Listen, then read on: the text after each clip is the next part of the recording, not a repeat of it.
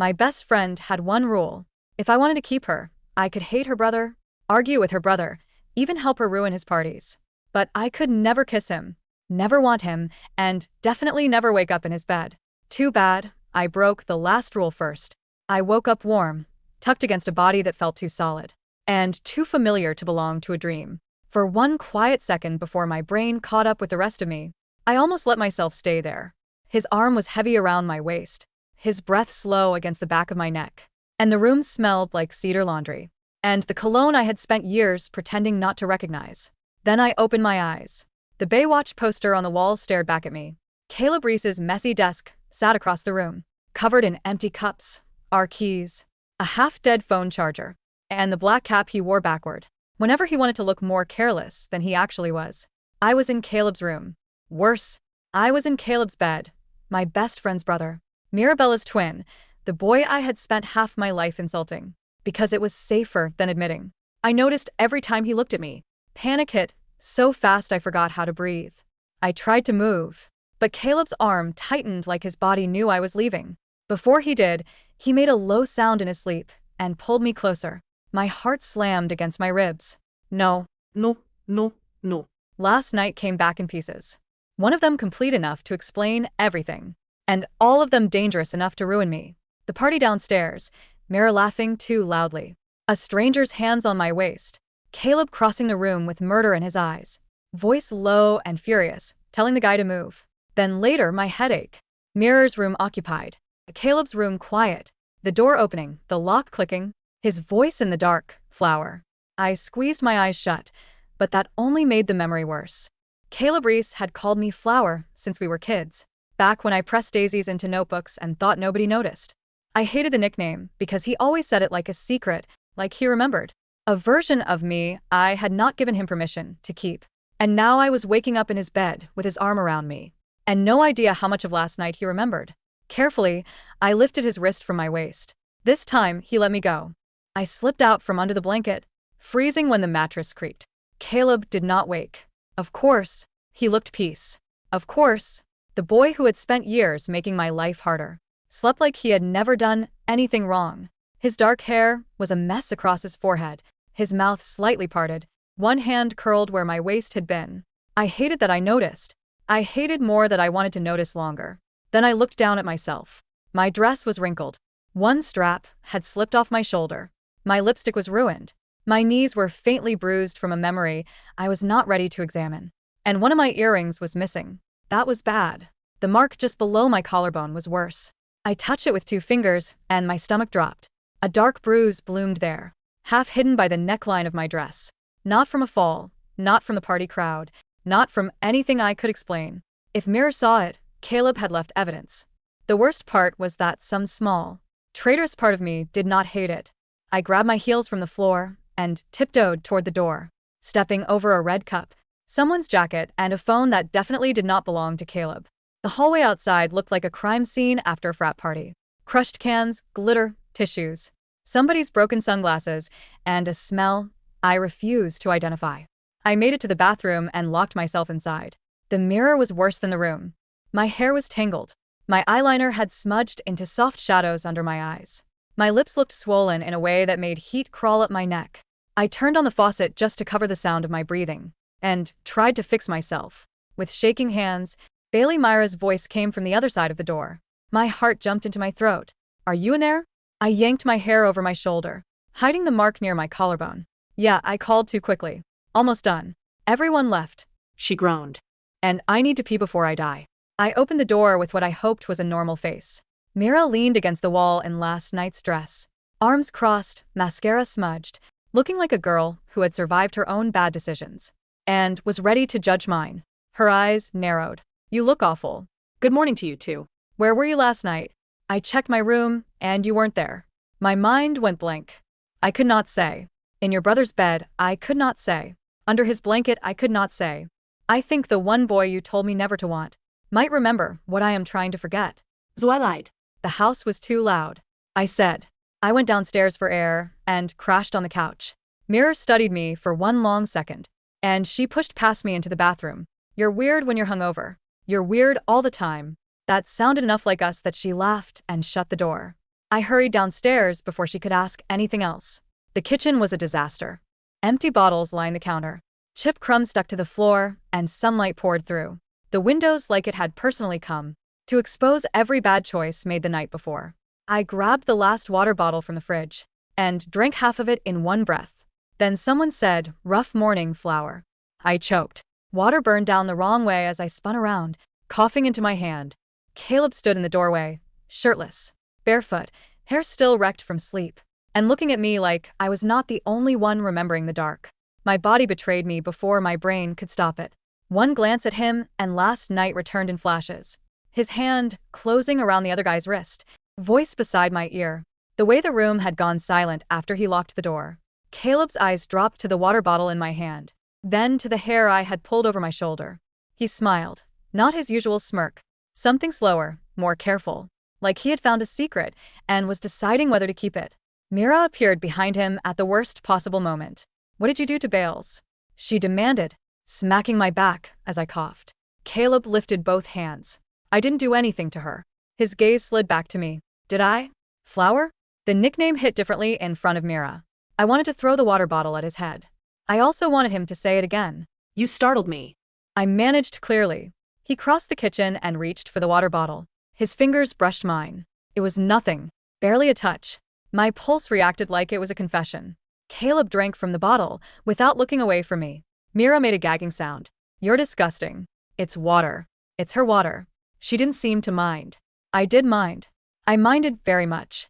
I minded that he was standing too close, that he looked too calm, that he might remember everything or nothing. And I did not know which would be worse. Mira turned to me suddenly. "Wait, I forgot to ask. Why didn't you come back to my room?" The kitchen tilted. Caleb leaned against the counter, still holding my water bottle, watching me with an expression too innocent to be trusted. "I told you. I said I got tired. Too tired to walk upstairs. Your stairs are a hate crime." Myra's eyes narrowed again before she could interrogate me further. Tires screeched outside. We all froze. Mira ran to the window, then cursed loud enough to wake the dead. "Mom and Dad are home." Caleb's face changed instantly. For the first time all morning, he looked genuinely afraid. "They weren't supposed to be back until tonight," Mira hissed. The three of us stared at the wreckage of the kitchen, the living room, the hallway, the entire house. For one blessed second, my secret was not the biggest problem in the room. "Trash bags," Caleb said. "Already moving now." Mira pointed at me. "Help me upstairs. I need to hide the bottles in my room before Mom sees." "I'll grab bags from the pantry," I said, grateful for any excuse to breathe. I turned away. Caleb followed. Of course he did. The pantry door had barely swung open when his hand caught my wrist and pulled me just out of sight of the kitchen. Not hard, just enough to stop me. Bailey, my real name. That was worse than Flower. I looked up at him, and the house noise faded behind us. Mirror swearing, car doors shutting outside, someone's phone buzzing on the counter. Caleb's eyes were no longer teasing. They were too awake, too sure. His thumb brushed once over the inside of my wrist. My pulse was doing a terrible job of pretending I was calm. "It was you last night," he said quietly. It was not a question. My mouth went dry. Behind us, Mira shouted. "Bailey, did you find the bags?" The pantry smelled of stale garlic, cardboard boxes, and Caleb. He was too close. In the narrow, shelf-lined space, his chest was a solid barrier blocking the only exit, his skin still radiating the heavy warmth of someone who had been asleep 3 minutes ago. His fingers on my wrist weren't tight, but they were absolute. "Bailey," he said again, his voice dropping into a register that made my ribs feel too small for my lungs. "Look at me. We don't have time for this," I whispered, my eyes darting to the sliver of light beneath the pantry door. Outside, the front door clicked open. The heavy, unmistakable tread of Mr. Reese's work boots echoed in the foyer, followed by the sharp, rhythmic click of Mrs. Reese's heels. "I don't care about the stairs, and I don't care about the kitchen," Caleb said, his gaze locked on mine. His eyes were a dark, stormy hazel, flecked with gold. In the dim pantry light, "You were in my room. You were in my bed. And you didn't get there by accident." I was drunk. I was tired. I made a mistake. The lies tasted like ash. A mistake. His thumb dragged slowly across the thin skin of my wrist, right over my racing pulse. He felt it. He knew exactly what he was doing to me. "Is that what we're calling it?" "Bailey." "Caleb." Myra's voice shrieked from the hallway, closer now. "They're in." The driveway. If either of you is hiding, I swear to God, I will frame you both. For the broken vase in the den. I have to go, I gasped, pulling my hand back. This time, Caleb let me slip away, but not before his eyes drifted down to my collarbone, where the dark bruise lay hidden beneath my hair. The corner of his mouth twitched, not in a smirk, but in something far more dangerous. Something that looked like possession. I grabbed a stack of heavy-duty black trash bags from the bottom shelf, pushed the pantry door open, and nearly collided with Mira. She looked manic, her smudged mascara making her look like a Victorian ghost who had died of a hangover. Take these, she gasped, thrusting a cardboard box into my hands. Go to the living room. Throw away everything that looks like it contains yeast, hops, or poor life choices. I'll get the kitchen. On it, I said, my voice only slightly shaking. For the next 10 minutes, we worked with a frantic, synchronized panic of seasoned criminals. I swept through the living room, shoving red Solo cups, discarded beer cans, and mystery jackets into the black plastic bag. Caleb Appeared beside me, still shirtless, his movements silent and efficient. He Didn't speak, but every time he bent down to pick up a stray can near my feet, his shoulder brushed my leg. Every touch felt like an electric shock. Where's your shoe? He asked quietly, throwing a crushed seltzer can into my pick. In your room, I muttered under my breath, not looking at him. Under the bed. Probably. If your mother finds it. She won't, he murmured. I'll lock my door. Kids. Mrs. Reese's sharp, clear voice echoed from the foyer. We both froze. I stood there with a half-filled trash bag, my hair a rat's nest, wearing a wrinkled party dress at 9 in the morning. Caleb looked like he had just rolled out of a brawl, and Mira was currently trying to kick an empty bottle of vodka under the refrigerator with her bare foot. In here, Mom, Mira called out, her voice pitching an octave too high. Mrs. Reese walked into the kitchen. She was a petite woman with a sharp bob and eyes that could read a room's atmospheric pressure in seconds. She stopped, her gaze sweeping over the three of us, the slightly damp floor, and the suspicious bulge of the black trash bags. The conference was shortened, she said slowly, setting her designer handbag on the counter. Clearly, our return was unexpected. We had a few people over, Mira said, adopting her best responsible daughter. Torne. Just a small study group. For biology. At 3 in the morning? Mrs. Reese raised an eyebrow, with a bass frequency that I can still feel vibrating in the floorboards. It was a very loud study group, Caleb said, leaning against the counter. He Looked entirely unbothered, his lazy charm returning like a shield. Bailey was helping us with the taxonomy of fungi. Shut up, Caleb, Mira and I said in unison. Mrs. Reese sighed, rubbing the bridge of her nose. I am too tired for this. Your father is unloading the car. I want his house smelling like pine and looking like a model home in exactly 1 hour, or the three of you will be spending your Saturday painting the garage. Do I make myself clear? Crystal, Mira said. And Bailey, Mrs. Reese added, turning her sharp eyes to me. Your mother called. She said your car is still in our driveway, and you weren't answering your phone. She wants you home for lunch. Yes, Mrs. Reese. I'm leaving right now, I said, desperate for an escape. Not before you help us clean, Mira hissed, grabbing my arm. You helped make the mess, Bales. I didn't even drink that much. I protested, though my heart gave a guilty Thud. I hadn't made the mess in the kitchen, but I had certainly made a mess of my life in the room upstairs. An hour, Mrs. Reese repeated, pointing a manicured finger at us before walking toward the stairs. No excuses. As soon as she was out of sight, Mira slumped against the counter. I'm going to I'm actually going to die in this kitchen. I'll do the living room, Caleb said. His eyes flicked to me, dark and heavy. Bailey, go wash your face. You have smudge on your neck. My hand flew to my collarbone.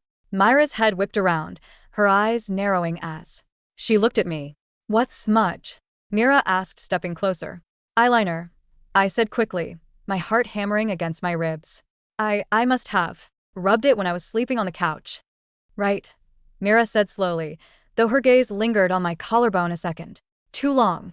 Go. You look like a raccoon that got into the trash. I didn't need to be told twice.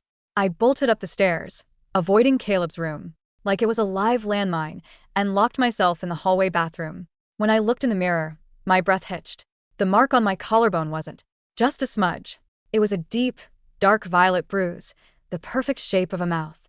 The drive back to my house, which was only 3 streets over, was a blur of panic and fragmented memories. I sat in my room, the afternoon sun filtering through my blinds, staring at my bedroom ceiling.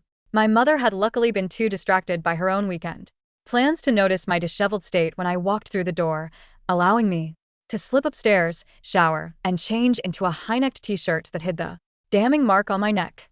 But I couldn't hide from my own head. With the shower steam gone and the quiet of my own room surrounding me, the pieces of last night finally began to assemble themselves, fitting together with a terrifying, heavy precision. It had started around midnight. The Reese house had been packed to the gills. A sweaty, pulsing mass of college students and townies celebrating the end of midterms. Mira had been on a mission to drink her weight in tequila, leaving me near the cooler in the backyard. That was where Jax had found me. Jax was a friend of Caleb's from the lacrosse team, tall, loud, and used to getting whatever he wanted. He had cornered me near the sliding glass doors, his hand heavy and unwelcome on my waist, his breath smelling of stale beer as he leaned in too close, ignoring my polite attempts to step back.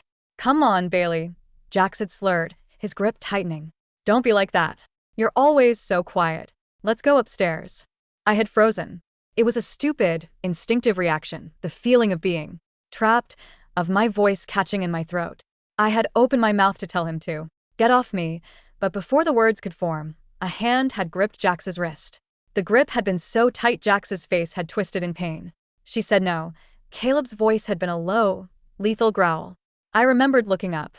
Caleb's eyes had been completely black, his jaw clenched so hard a muscle ticked in his cheek. He didn't look like the lazy, sarcastic boy who teased me at Sunday dinners. He looked dangerous.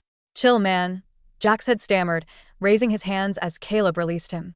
It's just Bailey. "We were just talking." "Get out of my house," Caleb had said, his voice quiet, almost a whisper, but it had carried a weight that made Jax immediately turn and walk away. Then, Caleb had turned to me. The anger in his face had vanished, replaced by an intensity that made it hard to breathe. He had reached out, his fingers brushing My cheek. "You okay, Flower?" I had nodded, my heart pounding, but the noise of the party had suddenly felt deafening. My head had started to throb, a sharp, blinding pain behind my eyes. "Come on," Caleb had murmured, taking my hand. His palm had been warm, his grip steady. He had led me upstairs, away from the heat and the noise. Myra's room had been locked from the inside, the sound of muffled giggles and music coming from within. "Here," Caleb had said, opening his own door. The room had been dark, lit only by the streetlights outside his window. It had felt like a sanctuary. He had closed the door, and the lock had clicked shut.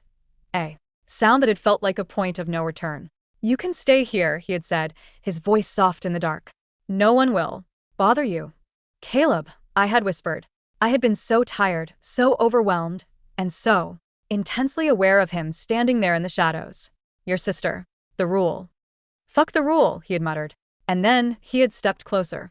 I sat up in my bed, my breath catching as the memory hit me with the force of a physical blow. He had kissed me. It hadn't been a mistake.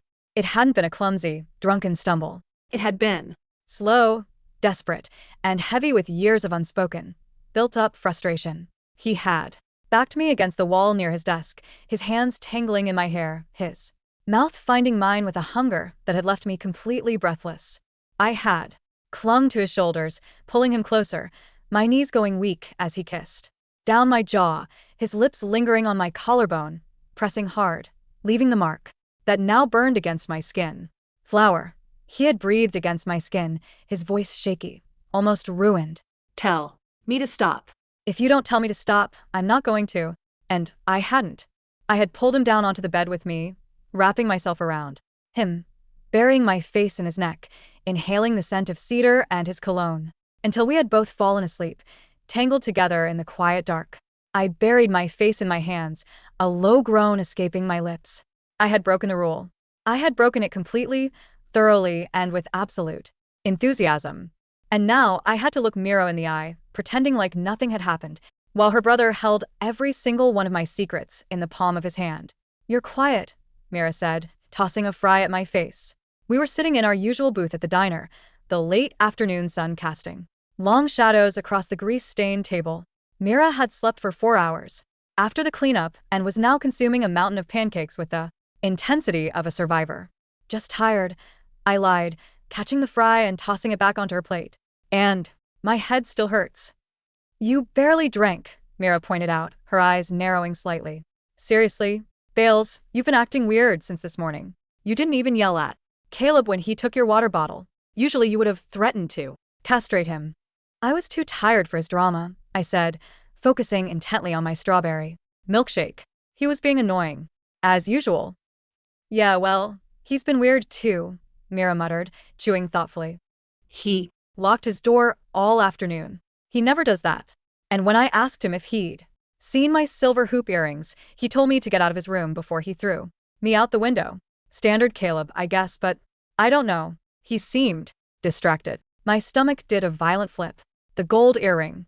I had been wearing a pair of small, delicate gold hoops last night, the ones my grandmother had given me for my 18th birthday. I had realized one was missing when I looked in the bathroom mirror this morning. If it was still in Caleb's room, and if Mira found it.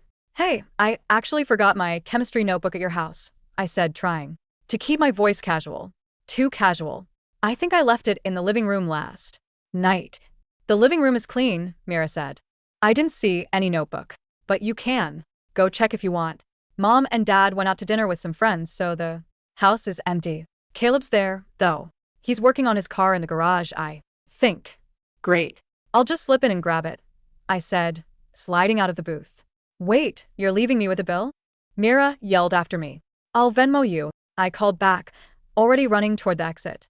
10 minutes later, I parked my car down the street from the Reese house. The garage door was open, and the faint sound of rock music drifted out onto the driveway. I could see the lower half of Caleb's legs sticking out from beneath his old Jeep Cherokee, grease splattered on his worn-out jeans. I bypassed the garage, slipping through the front door using the spare key, hidden under the porch mat. The house was quiet, smelling of the lemon-scented wood polish Mrs. Reese had insisted on. I crept up the stairs, my heart pounding in my throat, and slipped into the hallway. Caleb's door was closed. I turned the knob slowly. It wasn't locked. I pushed it open and stepped inside, immediately engulfed by the scent of him. The bed was made, unusually neat for him, but the room still held the lingering electricity of last night. I dropped to my hands and knees, scanning the floor near the desk. Nothing. I crawled toward the bed, lifting the edge of the navy blue comforter to peer. Underneath, dust bunnies, a stray sock, a tennis ball, but no gold earring. Lose something. I gasped, my head cracking violently against the wooden bed frame. Ow. I Yelped, clutching the back of my head as I scrambled backward, sitting on the floor. Caleb stood in the doorway. He was wearing a grease-stained gray t-shirt, his hands black with oil, his dark hair falling into his eyes. He leaned against the doorframe, looking down at me with an expression that was entirely too pleased. You're supposed to be in the garage. I rubbed my head, glaring at him. I heard the front door, he said, stepping into the room and closing the door behind him with a soft, deliberate click. And I knew my sister was at the diner, which left only one person who would be sneaking into my room on her hands and knees. I left my notebook, I stammered, scrambling to my feet. I thought it might be in here. Your notebook? Caleb took a step closer, his eyes dropping to my high collar. The one you didn't have last night? Caleb, please, I said, backing up until my spine hit the edge of his desk. I just need to find my earring. The gold hoop. If Mira finds it. You mean this? He reached into his pocket and pulled out a small, glittering gold hoop. It looked tiny and delicate against his calloused, grease-stained palm. Give it to me. I reached for it, but he closed his hand, lifting it out of my reach. Not so fast, Flower, he murmured, stepping into my space. He was so close I could feel the heat radiating from him, could smell the metallic scent of motor oil mixed with his cedar cologne. We need to talk about last night. There's nothing to talk about, I said, my voice shaking. We were tired. We made a mistake. It can't happen again. Mira. Stop talking about Mira, Caleb interrupted, his voice dropping, turning rough. He stepped closer, placing his clean hand on the desk beside my hip, effectively pinning me between his body and the wood. Mira didn't kiss me back like her life depended on it last night. You did. I was If you say you were drunk, I'm going to lose my mind, he said, his hazel eyes burning into mine. You had 2 hard seltzers all night, Bailey. I watched you. You were sober. And so was I. I swallowed hard, my throat tight. Caleb, why are you doing this? You've spent the last 4 years treating me like I'm an annoying bug you want to squash. You make fun of my clothes, you ruin my conversations, you call me Flower just to make me mad. I call you Flower because I love it when your face goes red, he said, his voice softer now, his eyes dropping to my lips. I tease you because it's the only way I can get you to look at me without that wall you put up. And I ruined those conversations because those guys were idiots who didn't deserve a second of your time. My breath hitched. You what? You think you're the only one who's been hiding? He reached up his thumb, brushing my jawline, careful not to get grease on my skin. I've been going crazy for 3 years, Bailey. Watching you walk in and out of my house, listening to Mira talk about you, knowing that if I ever crossed the line, I'd ruin everything. Then why did you cross it? I whispered.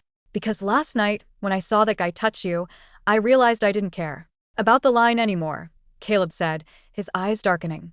I didn't care about the rules. I just wanted you. I still do. He leaned in, his forehead resting against mine. Tell me you don't want me, Bailey. Look me in the eye and tell me last night was a mistake, and I'll give you the earring and never touch you again. I swear. I looked at him. I looked at the dark sweep of his lashes, the curve of his mouth, the desperation in his eyes that mirrored the ache in my own chest. I wanted to lie. I wanted to protect my friendship with Mira, to protect the safe, comfortable world we had built. But as his thumb trailed down to my neck, his warm skin brushing the bruise he had left there, the lie died in my throat. I can't, I whispered. Caleb let out a breath, a low, ragged sound, and then his mouth was on mine. The heat of mid-July was thick and suffocating, turning the air into a physical wait. Mira had decided, in her infinite wisdom, that we needed a weekend getaway. Her family owned a small, weathered cabin on Lake Winnipesaukee, a 3-hour drive from the suburbs. It was supposed to be a celebration of survival after our summer exams, which meant a weekend of swimming, cheap beer, and absolutely no responsibilities. The problem was the passenger list. I'm driving, Caleb had announced when we met at the Reese house on Friday morning. He was tossing duffel bags into the back of his Jeep, wearing his backward black cap and sunglasses. No way, Mira had countered, throwing her pink suitcase on top of his bags. You play terrible music and you refuse to use the air conditioning because you think it ruins the engine performance, or whatever fake science you made up. It's not fake science, it's thermodynamics, Caleb muttered, his eyes sliding to me where I stood by the passenger door. Bailey, tell her. Don't drag me into your sibling warfare, I said, my heart doing its usual, annoying little dance at the sight of him. Since the afternoon in his bedroom, we had been operating in a state of high-voltage secrecy. We hadn't kissed again, not because we didn't want to, but because the terror of being caught was a very real, very sobering deterrent. But the silence between us was louder than any conversation. It was in the way he looked at me across the dinner table, the way his hand lingered when he passed me a plate, the way he would suddenly appear in the hallway when I was leaving, just to whisper, "Hey, Flower," before disappearing back into his room. It was exhausting. And it was thrilling. Fine, Mira grumbled, sliding into the back seat. But Bailey gets shotgun. I am not sitting next to Caleb's sweaty gym bags. Works for me, Caleb said, a small, private smile playing on his lips as he opened the passenger door for me. The drive was 3 hours of pure tension. Mira fell asleep 45 minutes in, her head resting against the window, snoring softly. As soon as her breathing evened out, Caleb reached over the center console, his hand finding mine on the seat. He didn't say anything, just slotted his fingers through mine, his thumb rubbing the back of my hand.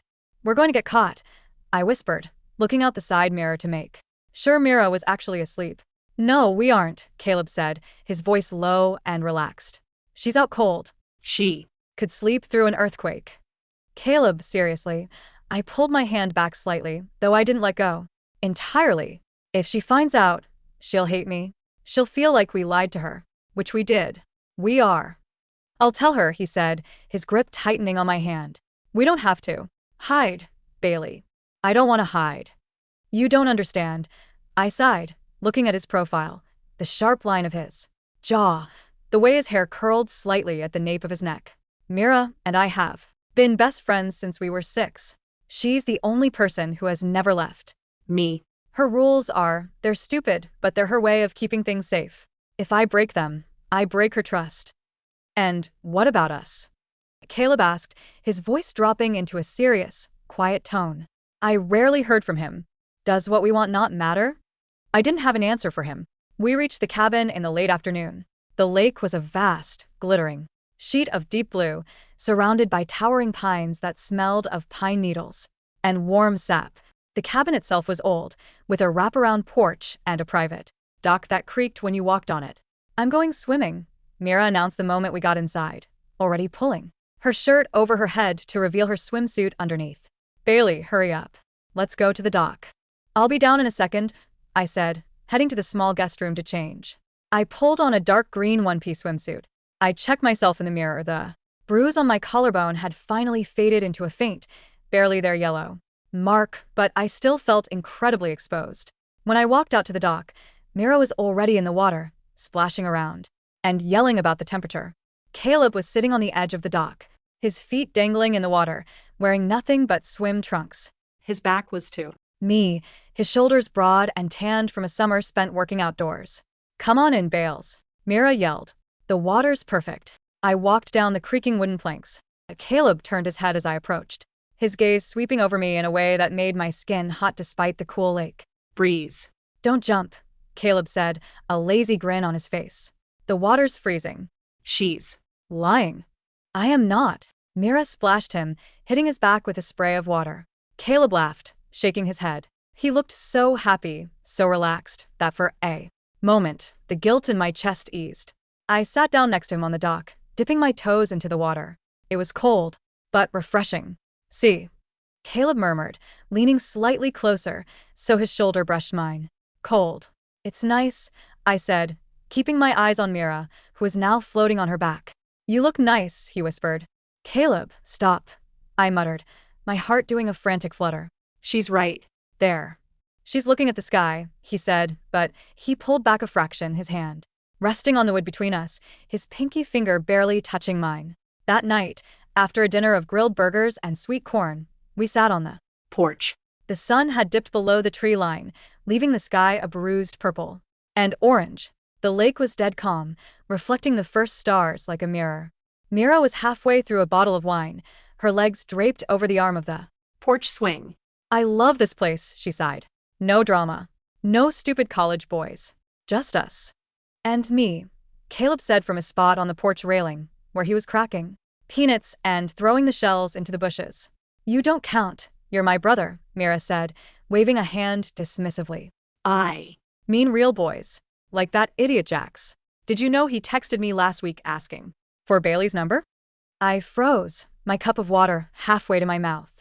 Caleb's hand stopped in the middle of cracking a peanut. He did. Yeah, Mira said, taking a sip of wine. I told him to lose my number.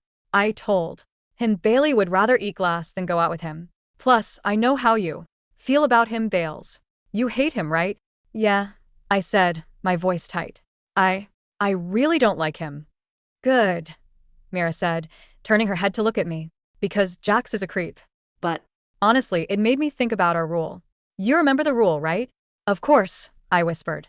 I made that rule because I've seen how Caleb treats girls, Mira said, her voice turning slightly serious as she looked at her brother. He's careless. He gets bored. And if he ever did that to you, Bailey, I would have to choose between my best friend and my twin, and that would kill me. So thanks for keeping the rule. It means a lot to me. The silence on the porch was deafening. I couldn't look at Caleb. I kept my eyes glued to the dark surface of the lake, my chest feeling so tight I could barely draw breath. The guilt wasn't just a whisper anymore, it was a physical weight pressing down on my lungs, suffocating me. Yeah, I managed to say, my voice barely audible. Of course, Mira. I'm going to bed, Caleb said suddenly. His voice was flat, devoid of the teasing warmth it usually held. He stood up from the railing, not looking at either of us, and walked inside, the screen door slamming shut behind him. What's his problem? Mira muttered, shaking her head. So sensitive. I didn't say anything. I just stared at the closed door, knowing that I'd just broken his heart a little bit, all to save my own skin. I couldn't sleep. The small guest room felt like a furnace, the air still and heavy with the scent of old wood and lake water. Every time I closed my eyes, I heard Myra's voice. Thanks for keeping the rule. It means a lot to me. And then I saw Caleb's face, the sudden, shuddered look in his eyes before he walked away. At 2 a.m., I gave up. I slipped out of bed, grabbing a light sweater to pull over my shorts, and crept out of the room. The cabin was pitch black, save for the pale moonlight streaming through the large windows overlooking the lake. I stepped onto the porch, the cool night air hitting my face like a splash of cold water. I wasn't the only one awake.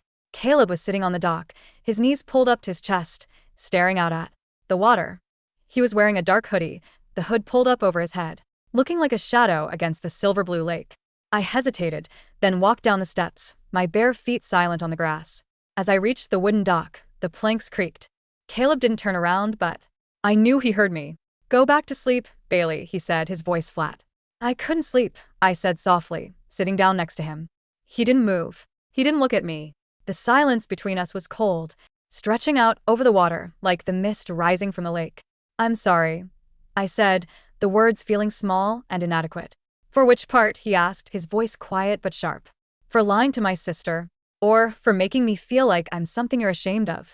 Caleb, that's not fair, I said, my eyes burning. You know how much Mira means To me. and what do I mean to you? He turned his head then, the hood falling back to reveal his face. His eyes were dark, shadowed by the night, but they were intense, searching mine with a desperation that hurt. Am I just some summer mistake, Bailey? A secret you keep in the dark because you're too afraid of what people will say in the light? No, I said, my voice cracking. No, Caleb, of course not. I've liked you for years.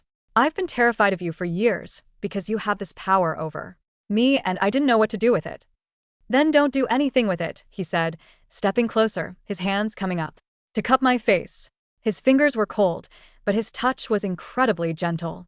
Just let me in, Bailey. Stop running. I don't know how, I whispered, a tear escaping my eye and sliding down his Thumb. Like this, he murmured, and then he kissed me. It was different this time. It wasn't the feverish, desperate kiss of the party, or the tense, stolen moment in his bedroom. It was slow, tender, and heavy with a sadness that made my chest ache. I wrapped my arms around his neck, pulling him closer, letting myself get lost in him, in the smell of cedar and lake air, in the feel of his hands in my hair. For a few beautiful, terrifying seconds, the world stopped. There was no Mira, no rules, no guilt. Just Caleb. Then a floorboard creaked behind us. We froze, our lips still brushing, our breath hot in the night air. Bailey. The voice was quiet, trembling, and entirely too familiar. We pulled apart slowly. Mira was standing at the edge of the dock. She was wearing her oversized pajamas, her hair messy from sleep, but her eyes were wide, glittering with a mixture of shock, confusion, and a sudden, devastating realization. The moonlight caught the small gold hoop earring in her hand, the one I had lost, the one Caleb had kept, the one she must have found in his jacket pocket or his Big. What? What are you doing? Mira whispered, her voice cracking. I couldn't breathe. My hands dropped from Caleb's neck, my knees feeling like they were about to collapse. Mira? Is this yours? Mira held up the earring, her hand shaking. I found it in Caleb's car door pocket when I was looking for my charger. I thought it was mine, but it's not. It's yours, Bailey. The one you said you lost at the party. She looked from the earring to me, and then to Caleb, who had stepped in front of me, his body slightly blocking hers. You, Mira said, her gaze locking onto her brother. You were with her Last. night and the night of the party. You were in his room, Bailey. You lied to Me. Mira, please. I stepped out from behind Caleb, my voice desperate, my face wet with tears. It's not what you think. Don't lie to me. Mira screamed, the sound echoing across the quiet lake, shattering the silence. Don't you dare lie to me again. You looked me in the eye this morning and promised me. You sat on my porch tonight and let me thank you for keeping the rule. Mira, shut up and listen, Caleb said, his voice firm, taking a step toward her. It's not her fault. No, Caleb. Mira yelled, tears finally spilling down her cheeks. It is her fault. She's my best friend. She knew the one thing, the one stupid thing I asked her not to do. And she did it anyway. With you.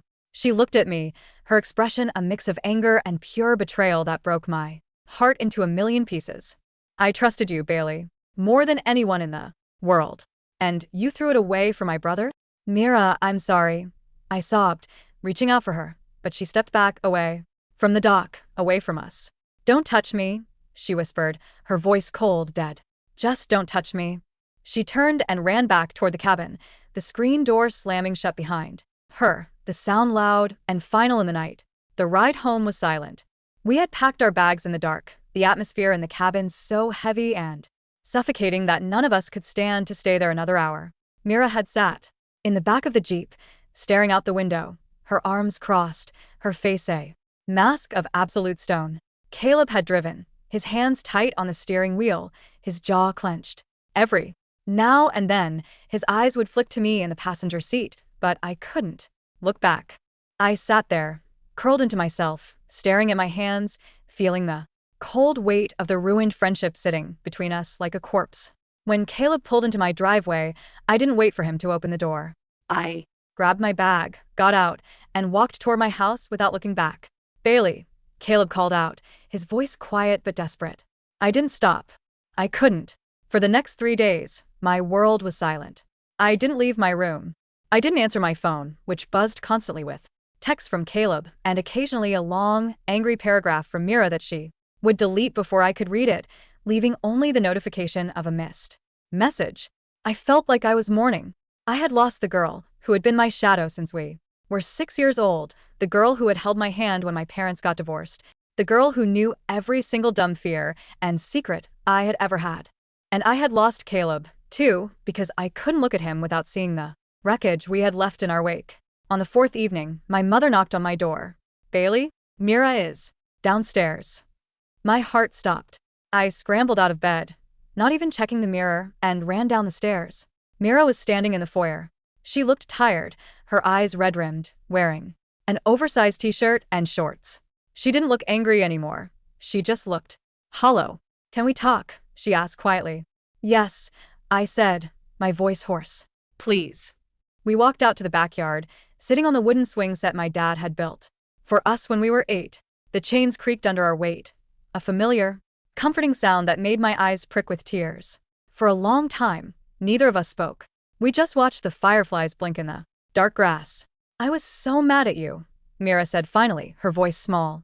I wanted to throw all your clothes in the lake. I wanted to tell everyone what you did. I wouldn't blame you if you did, I said, looking at my feet. I was a terrible friend, Mira. I lied to you. I broke your trust. I should have told you. Why didn't you? She asked, turning her head to look at me. Seriously, Bailey. Why keep it a secret? Did you think I would really hate you? Yes, I admitted, a tear slipping down my cheek.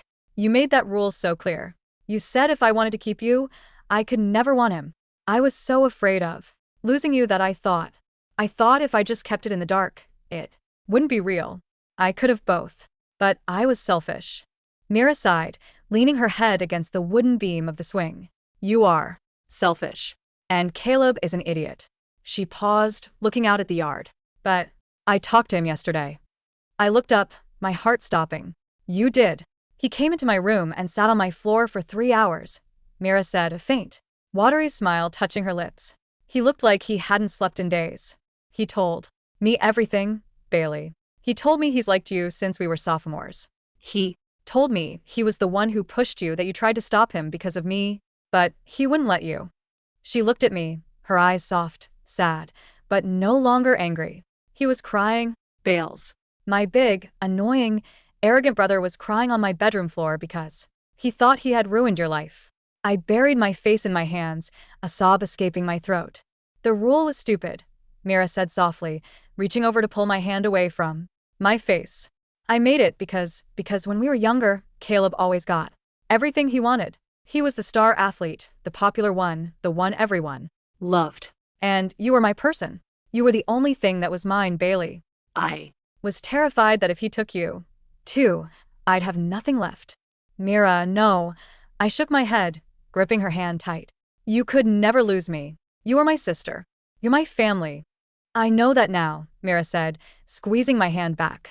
It took me 3 days of being miserable to realize that a stupid rule shouldn't cost me my best friend. Or my brother. She wiped a tear from her cheek, letting out a shaky breath. I'm still mad at you for lying. You're gonna have to buy my coffee for a month. And you have to do my laundry at least twice. Deal, I sobbed, laughing through my tears. I'll do it for a year. Good, Mira said, leaning over to wrap her arms around me. We held onto each other in the dark, the weight that had been crushing my chest. For days finally lifting, leaving behind a clean, open space. The next evening, the summer air was cool, carrying the faint scent of rain. I walked down the street toward the Reese house. My feet felt light on the pavement, the familiar houses and trees looking different now, clearer, brighter, as if a film had been washed off them. I didn't go to the front door. I walked around the side, toward the garage. The light was on, casting a warm, yellow glow onto the gravel driveway. The rock music was playing soft and low. Caleb was there. He was sitting on the bumper of his Jeep, his head in his hands, his black cap sitting on the tool bench beside him. He looked exhausted, his shoulders slumped, his dark hair messy. I stopped at the edge of the light. Hey. Caleb's head snapped up. He stared at me, his hazel eyes wide, his breath catching in his throat. He stood up slowly, as if he was afraid that if he moved too fast, I would disappear. Bailey, he whispered. Mira and I talked. I said, taking a step into the garage, my hands shoved into the pockets of my jeans. She said you cried on her floor. A faint, embarrassed flush crept up his neck, but he didn't look away. She has a big mouth. She does, I agreed, a soft smile touching my lips. But she also told me she's not mad anymore.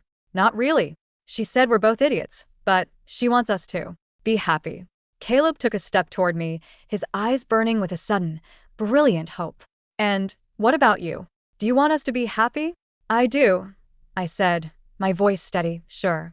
I don't want to hide anymore, Caleb. I don't want to keep secrets in the dark. He didn't wait. He crossed the remaining distance between us, his hands coming up to grip my waist, pulling me against his body with a strength that took my breath away. He buried his face in my neck, inhaling deeply, his hands shaking slightly against my back. I was so scared, he muttered against my skin, his voice rough. I thought I lost you, Flower. You didn't, I said, wrapping my arms around his shoulders, holding him tight. You couldn't. He pulled back just enough to look at me, his eyes soft and incredibly bright. He reached into his pocket and pulled out the small gold hoop earring, holding it between his fingers. I think this belongs to you, he whispered, a lazy, familiar grin finally returning to his face.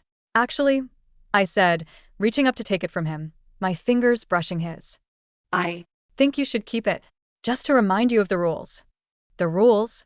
Caleb murmured, his mouth hovering just inches from mine. I thought we broke the rules. We did, I whispered, pulling him down to me. But I think we're going to make some new ones. And as his lips met mine in the warm, quiet glow of the garage, with the sound of the rain finally starting to fall outside, I knew that for the first time in my life I was exactly where I was supposed to be.